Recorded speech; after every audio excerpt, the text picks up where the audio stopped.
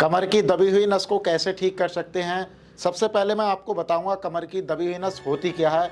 उसके बाद मैं आपको इसके लिए ट्रीटमेंट में एक्सरसाइज बताऊंगा जिसके द्वारा आपकी ये समस्या ठीक हो जाएगी।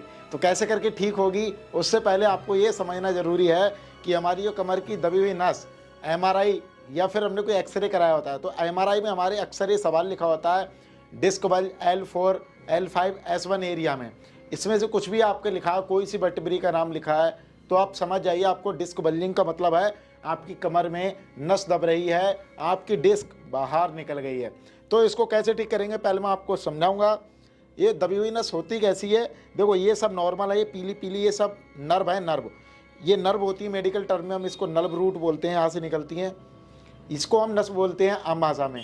तो यही हमारी अब डिस्क पीछे की ओर रेड रेड कलर की निकली हुई है, देखो ध्यान से। जब ये बाहर को निकल जाती है और इसको चलने की जगह नहीं रहती है, जिस साइड में जा रही होती है उस साइड में ये आके दर्द करती है।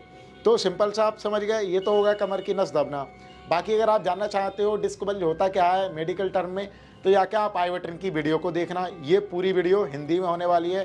पूरा कोई मेडिकल टर्म का ज़्यादा इस्तेमाल नहीं करूँगा, इसलिए मैं आपके लिए इसमें जो है आपको सिंपल तरीके से बता रहा हूँ। तो चलिए अब आपको इसको ठीक कैसे करती है, अंदर कैसे जाएगी, इसका जो दबाव है वो कैसे कम करेंगे। तो मैं इसको साइड से रखता हूँ और अब मैं आपको बताता हूँ कैसे एक्सरसाइज करेंगे। सबसे पहले हमको ये कोई बेड या कोई किनार ले लेनी है हमें, जिसकी सहायता से ऐसे करके साइड से खड़ा होना है और हम अपनी रीढ़ की हड्डियों पे जो दबाव आ रहा है उसको हम कम करेंगे। तो सिंपली आप हमारी कमर को देखना। अब हम कमर को पैर जो हम उठाएंगे और इसको जो है कुछ इस टाइप से ऐसे करके छोड़ देंगे, ठीक है, ऐसे करके इस टाइप से। अभी आपको सही से दिखाऊंगा, हो नहीं पा रहा है, अब हुआ। अब देखो इस टाइप से मैंने छोड़ा, अब मेरी कमर पे जो भी दबाव पड़ रहा था वो अब दबाव कम होगा। ऐसे हमको 10 सेकंड तक रुकना है और हमको शरीर नीचे का ढीला छोड़ देना है। हवा में हमको पैर रखने हैं और इस तरह से नॉर्मल हो जाना है। इसके बाद ये और आगे बढ़ा लेते हैं, देखो फिर से करता हूं मैं इस तरह से, ऐसे करके हमको 10 बार कम से कम करना है और सुबह शाम हमको करना है। तो हमारी जो कमर में दबाव आ रहा है वो दबाव ठीक हो जाएगा और नस अपनी जगह आ जाएगी। ये तो हुआ सिंपल सा पहला मेथड। अब दूसरे मेथड की बात करूं तो वो है आपके लिए बेल्ट बांध के। पास एक बेल्ट है, जब हम बेल्ट को बांधते हैं तो हमारे जो दबाव आ रहा होता है और जो हमने एक्सरसाइज करी होती है उसका पूरा आराम मिलता है। तो हम इसको इस तरह से बांध सकते हैं और यहाँ से पेट को टाइट कर सकते हैं। ये पेट को भी कम करती है बेल्ट।